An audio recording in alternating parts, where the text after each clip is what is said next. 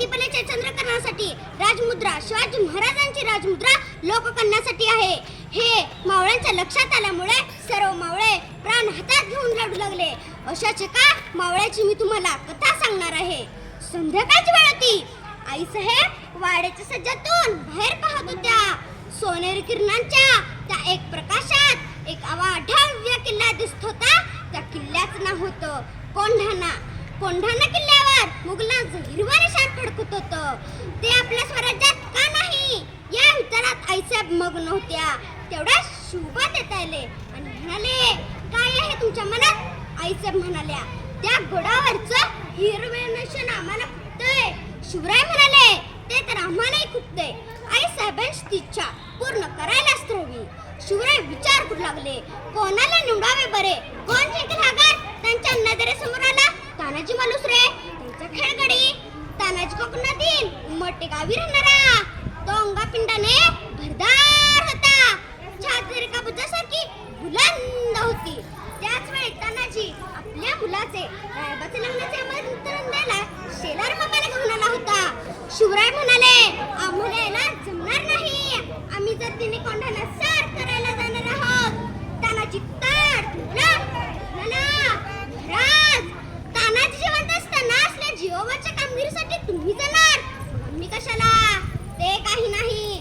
आधी लगीन कोंढाण्याचं मग माझ्या रागाचं. तानाजीनं आपल्या स्वराज्यासाठी आपल्या मुलाचं लग्न बाजूला ठेवलं. तानाजी उसुर्याजी शिवरायांचा आशीर्वाद घेऊन निघाले. रात्रीची वेळ होती. आभाळाचा न्या लुकलुकत होत्या. तानाजी मावळे गप्पत गडाजवळ आले. गडाजवळ कडक पारा होता. तानाजी ज्या दिशेला उभा होता तिथे खोल दरी होती. त्यामुळे तिथे पहारेकरीच नव्हता. तानाजीने हीच जागा निवडली होती. तानाजी सूर्याजीला म्हणाला, तू 500 माळे घेऊन कल्याण राजघाट, मी 300 माळे घेऊन कडा सोडून वरतो. भुसाट एकदम शत्रूंचा धुळा उडवा. असे म्हणत तानाजी मावळून निघाले. तानाजीने आपल्यासोबत एक घोरपड आली होती. तिचं नाव होतं यशवंती. घोरपड आपल्या नख्याबद्दल चिचकून असते. तानाजीने घोरपडीला दोरी बांधून वर फेकली.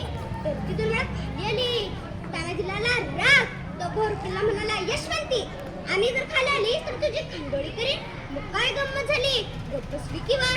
तानाजी मावळे कडा चढून वर गेले. मुघल सैनिकांचा लागताच ते तलवार घेऊन धावले. घनघोर लढाई झाली. तलवारी भिडली. सपाट होऊ लागले.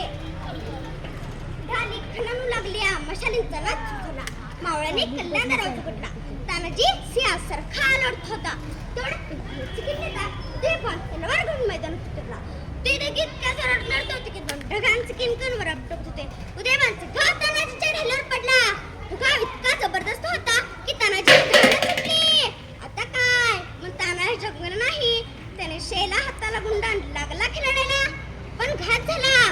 एकमेकांचे घाव अंगावर पडून दोघे जखमी झाले. तानाजीला पडलेले पाहून मावळ्यांचा धीर कसला. ते पळू लागले. सूर्याजी ते पहिला म्हणाला, तुम्ही ज्या दारावर गड सोडून वरत तर असताना कापला. आणि म्हणाला, अरे तुमचा बाप ते समोरून पडला आणि तुम्ही भगवेसारखे कापता. सूर्याजी या शब्दांत त्यांच्यात उत्साह चढला. हर हर महादेवाशी गजळकत ते लढू लागले व विजयी झाले. गड ताब्यात आला, पण सिंहासारखा शूरतानाच गेला. ही बातमी शिवरायांना कळताच ते पळले आणि म्हणाले, गड आला पण माझा सिंह मात्र गेला. कोंढाण्याचे सिंहगड नावासारखे झाले. ही घटना 1670 साली घडली. धन्य धन्य ते तानाजी, धन्य धन्य ते शिवराय.